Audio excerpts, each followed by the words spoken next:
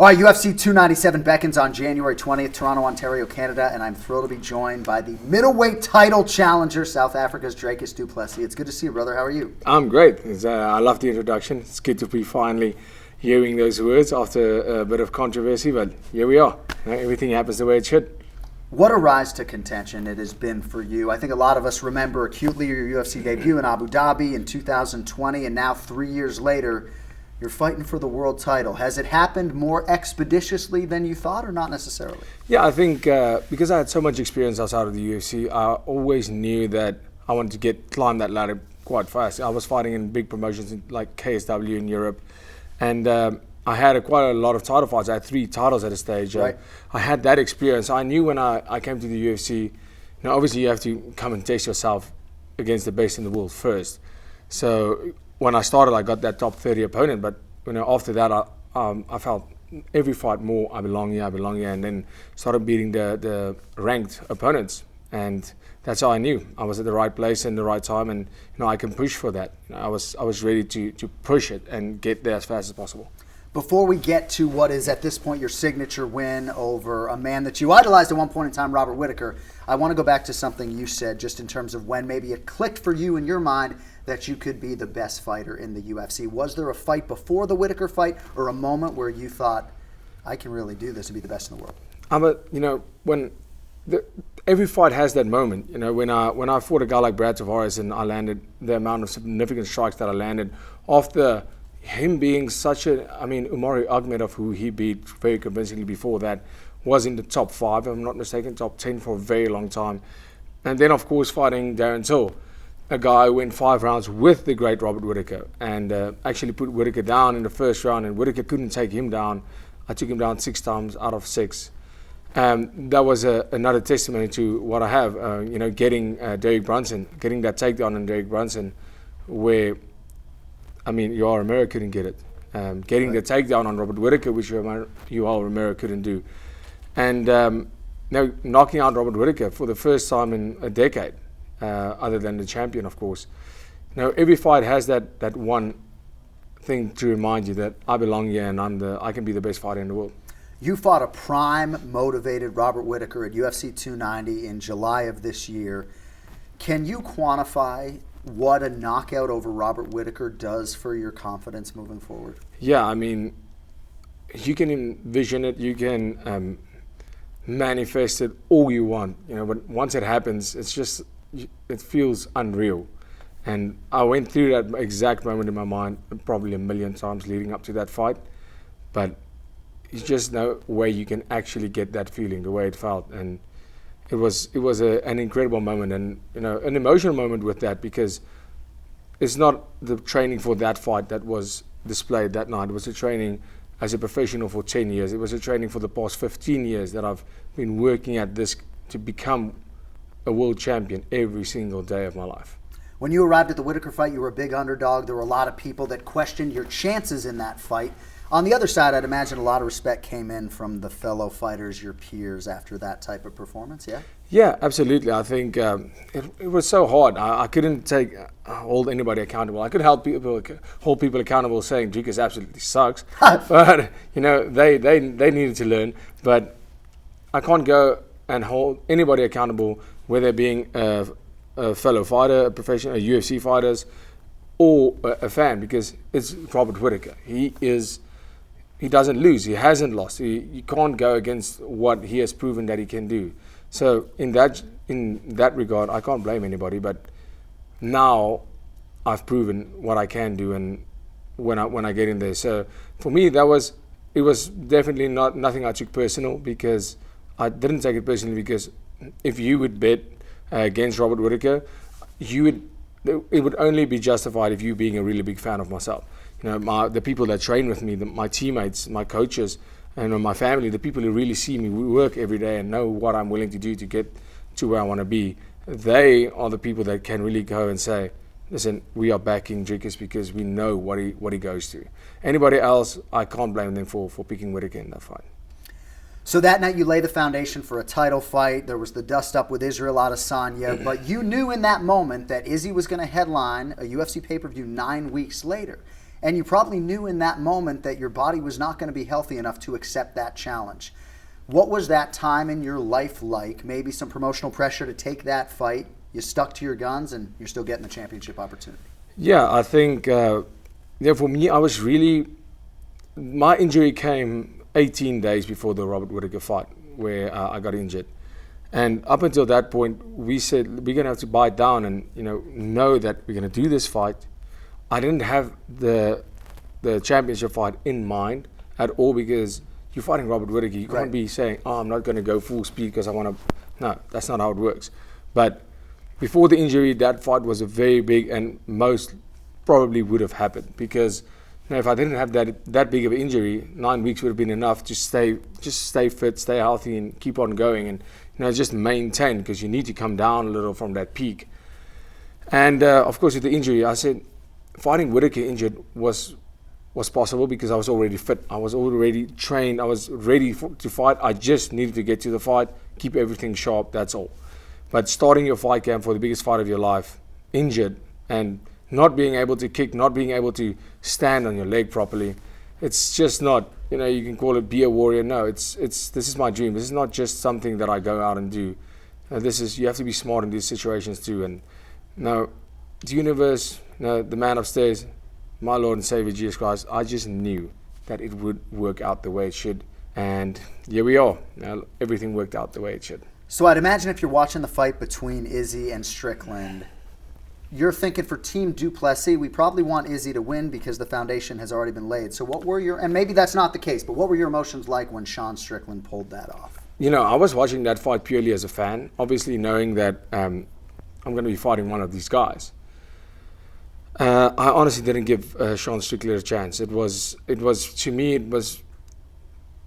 was impossible. Really, in this sport, nothing is impossible. But I didn't give him a chance in that fight, to be honest. But so I sat back, I watched the fight, and I was wondering, as the fight started, I was thinking, I wonder how Izzy is going to do it. Is he going to drag it out, do a decision? Is he going to finish him? How is this going to go down? And one round after the other, you start going, wow, Sean Strickland is winning this fight.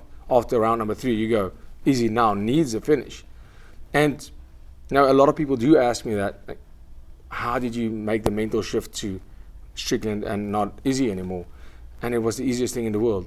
I'm not fixated on fighting anybody. Right. I'm fixated on fighting for that title. As soon as Strickland won that bout, Adesanya became completely irrelevant to me. Yeah. According to me right now, I never have to fight him. Right. If it's fine, I don't care. I care about becoming world champion and realizing my destiny. Amazing. So, to what extent was Sean Strickland on your radar as a future opponent before that fight? I would say after the Darren Till fight, even maybe after the Derek Brunson fight, I thought he's probably somebody that I'm gonna get to fight. And then he had that loss against Jared Cannonier, which kind of pulled him to the 7th rank. And I thought, okay, I don't see him going all that way. But if he does, I've watched all of his fights, even before knowing that I'm going to fight him. And I didn't think that at this stage it would happen.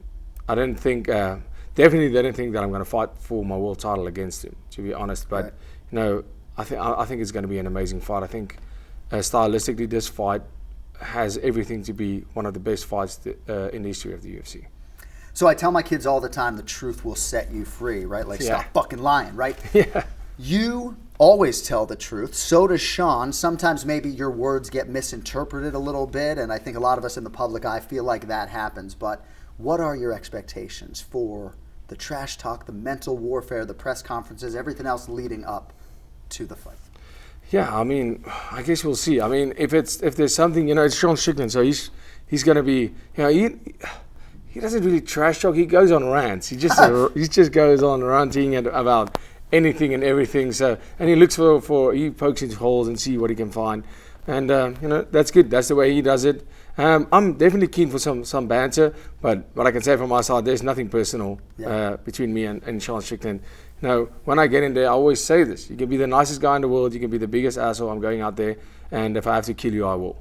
That's what I'm going out there to do. So it's nothing personal. It's business at the end of the day. So that has no effect on the fight. That has no there's nothing that can happen in terms of trash talk. There's nothing you can say that's going to make me angry. There's nothing you can say that's going to even have any effect. It's just not possible. Yeah. So, I mean, this is the fun and games beforehand. This is the stuff that happens before the fight, but when the fight comes, we already know that we're going to fight. Right. So it doesn't make sense to say, I'll fight you. It's not that kind of banter. So if it's going to be banter, it's going to be fun.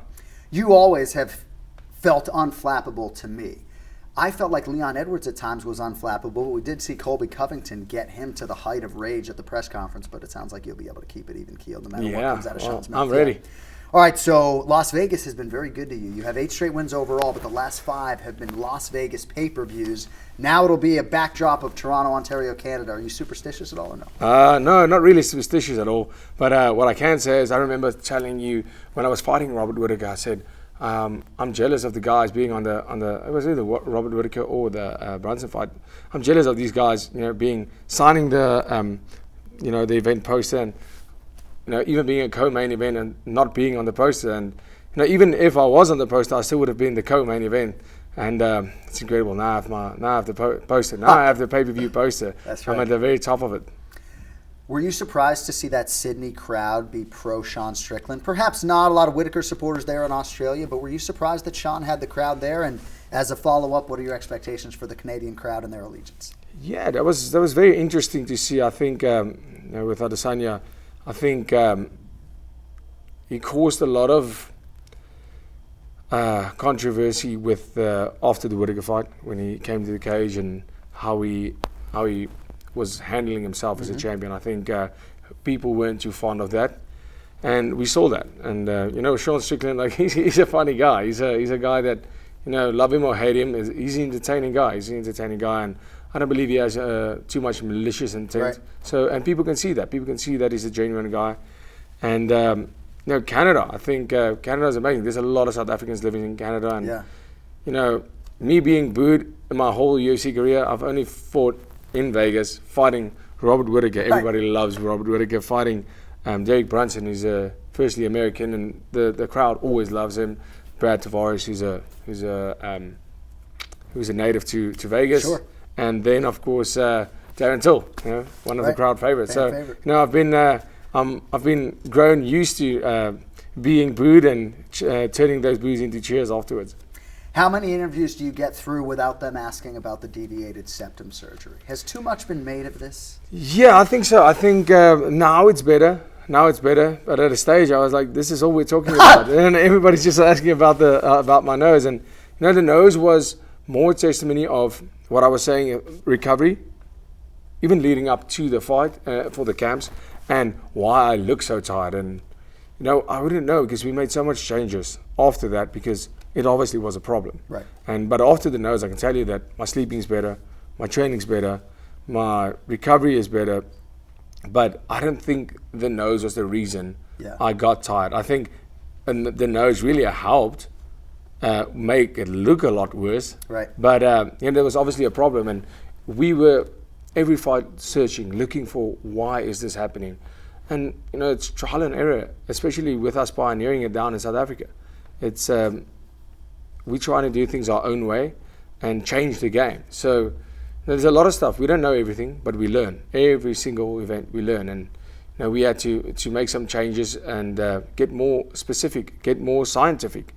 Get the right people in to say, let's look at Dricus because we are training super hard. And that was the only thing that got to me is people might think that I'm not spending enough time on my cardio. And I'm just training harder every fight. Why do I keep getting tired? Right. It doesn't make sense.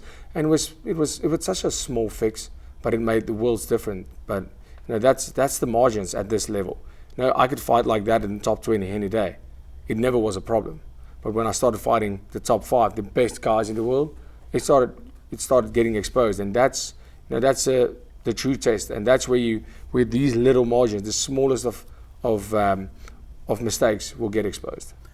South Africa is on the map, largely courtesy of Dricus Du Plessis. Have you had any conversations with Hunter Campbell or anybody else as to the realistic possibility that we get to South Africa in the not too distant future? Yeah, I think there's one country to do it in Africa, and that is South Africa. I think South Africa has proven that we can host. We've hosted a FIFA World Cup. We've hosted a Rugby World Cup. We have proven that we have the ability to host these big events. It's an amazing place, and I would love nothing more than to bring the UFC to Africa and South Africa. And for them, I think January 20th is a big step, because they want Africa, and if they can have a South African champion, right, that would almost be the route. And I think that would be something that, as soon as that happens and I raise that belt, the UFC Africa becomes an immediate attention. All the attention immediately goes to that, and because that would be amazing to defend the belt on home soil. That would be unbelievable. So my eye doctor in South Florida is South African. I promised I would take a picture with Dricus Du Plessis, but I'd imagine he's very excited about you. I'd imagine your life has changed a little bit, if not a lot, at home in terms of just your everyday navigation. How excited are people about what you've accomplished to this point? Yeah, absolutely. A lot of things have changed.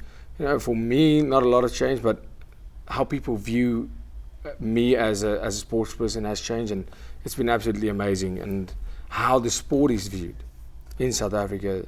I'm talking about gym members. I'm talking about seeing people, youngsters taking up the sport, people taking it seriously, because now you can make it all the way. You can go all the way, and you don't have to move away. You can do it right there from home, because it's being done.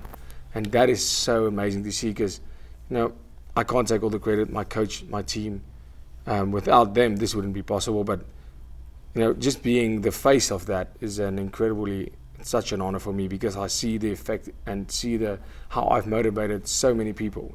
It means the world. And to see how this sport in South Africa, I'm talking about everybody, it's on everybody's lips. It's a sport that 5 years ago, I would say maybe 10% of the population knew about, maybe 20. Yeah. And right now, every single person knows about the UFC, and people are talking about me fighting for the title. People are talking about, you should have fought Adesanya. And people are, it's almost like there's debates happening, and that's great. There are people that love Dricus. Some people, they're like, no, Dricus should have done this, should have done that. But at the end of the day, the South African sport's amazing. And I think when the UFC start going into that crowd and going into that, doing the research in South Africa, they would realize if you go watch sports in South Africa, it's a different feeling, it's a different vibe. Yeah. It's the people are so passionate about sports in South Africa. It's unbelievable. Amazing. You're giving me chills. Well, I hope that all happens for you. Last question from me. You have said you're confident that this fight against Sean Strickland will not go 5 rounds. How come? Yeah, 100%. I think if you look at his style, he comes forward. If you look at my style, I go out there to the first opportunity I get, I try to finish a fight. And my record speaks for itself. I think I have 20 wins, 2 losses, and of my 20 wins, I have 19 finishes. One fight in my whole career that didn't go, that went the distance. So that's stat in itself. And then you look at Sean Strickland, he doesn't have a lot of finish. I think his finish rate is 33%. But his style, if you play his style, he's going to drag it out for 5 rounds and beat you on points. You've seen it many, many times.